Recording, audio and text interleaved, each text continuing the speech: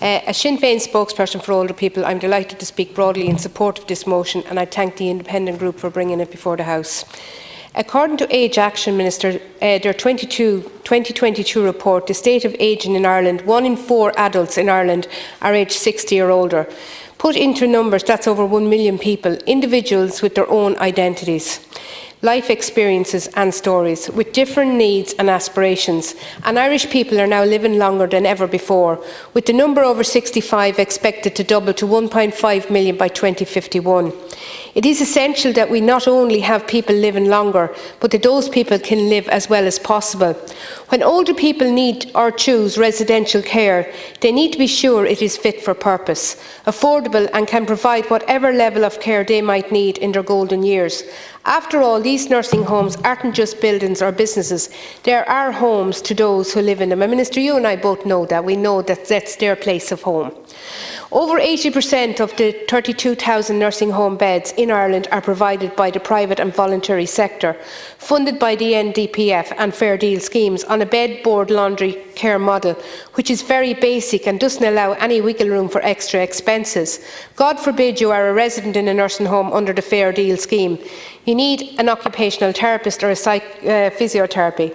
You have better had the means to pay for it, because the Fair Deal scheme doesn't cover any of it. And if the pressure becomes too much and the nursing home closes, you'll find the foreign multinationals are only too eager to add to the 40% of private nursing home beds that they already have in their hands. The care of our older people should not and cannot come down to a race to the bottom for the lowest cost, biggest profit organisations.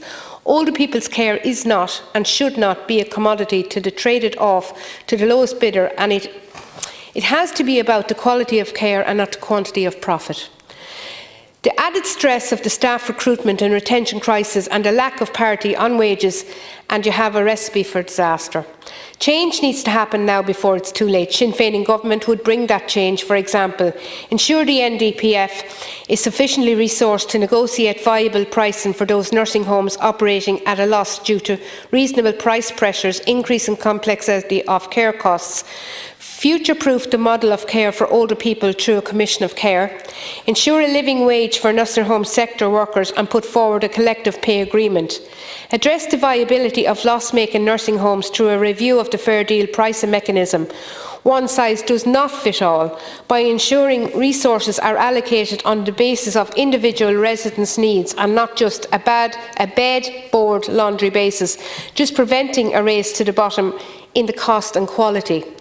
Our elderly and older people have suffered enough in the past years, and the scars of COVID-19 are still fresh. So, Minister, I've asked this several times and I'm asking again, when will we have a date, a commencement of the COVID-19 inquiry?